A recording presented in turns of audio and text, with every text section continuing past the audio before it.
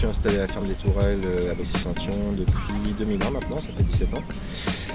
On cultive 4 hectares de légumes environ sur 9 hectares de terre au total, où on fait des rotations de céréales entre les légumes. Est-ce que tu peux nous rappeler les principes fondamentaux de l'utilisation de la herse étrille ?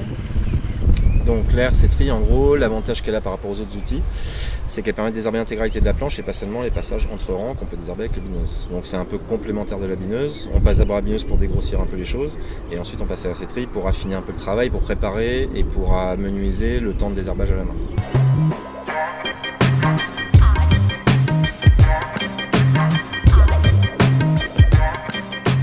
Donc le principe de base, c'est que ce n'est pas des dents rigides comme sur une bineuse, c'est des dents assez souples qui vont permettre de passer dans le sol suffisamment pour retourner la terre, pour désherber des petites mauvaises herbes très peu développées, et pas suffisamment pour arracher les plantes.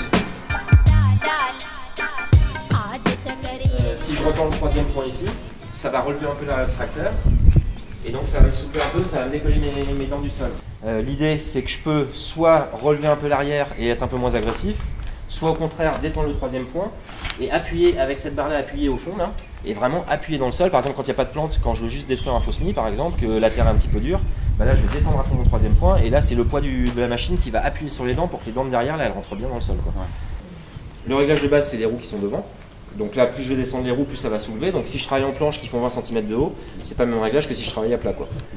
Nous honnêtement, on arrive à se débrouiller entre des planches qui sont presque plates et des planches qui sont à 10 cm. On arrive quasiment à garder le même réglage des roues.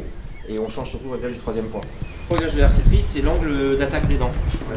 Donc là, j'ai passé des trucs assez délicats les derniers temps, donc je suis en position 2 sur les 5 rangs qu'il y a ici. En gros, je peux aller jusqu'à la position 1, donc je me sers quasiment jamais, où là, les dents, elles sont quasiment vers l'arrière. Donc là, elles vont frotter le sol, mais elles vont quasiment pas retourner de mauvaise herbe. Et je peux aller en position 5, où là, j'ai pas intérêt d'avoir un truc planté dans ma truc. Là, ça prend par en dessous, ça soulève le truc, ça va tout déraper.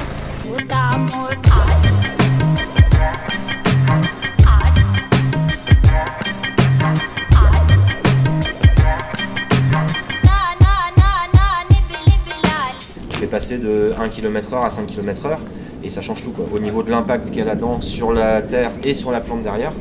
Voilà, s'il y a un peu de feuillage un peu développé, par exemple si je vais trop vite, la dent toute fine là qui va arriver, là, ça va fouetter un peu la feuille, qui a tendance à s'enrouler autour et puis à s'arracher derrière, quoi. Alors que si on passe tout doucement, ça va glisser délicatement dessus. Voilà.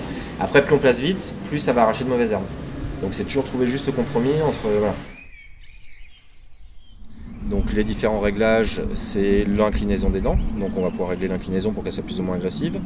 C'est la vitesse d'avancement du tracteur et c'est la hauteur de la herse étrille par rapport au sol qui va permettre d'enfoncer plus ou moins les dents dans le sol.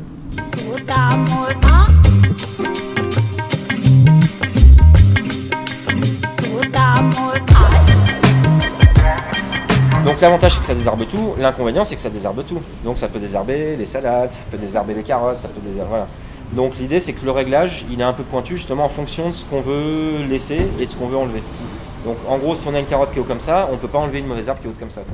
Ouais. Si on a une carotte qui est haute comme ça, on peut éventuellement passer l'herse étrille, mais pour enlever des herbes qui sont à peine en train de germer, quoi. Faut qu'il y ait un décalage, il faut que la plante qu'on veut garder soit plus solide que la plante qu'on veut enlever, quoi. Donc en gros dès qu'il y a une mauvaise herbe qui est un peu développée, l'herse étrille elle sert plus à rien.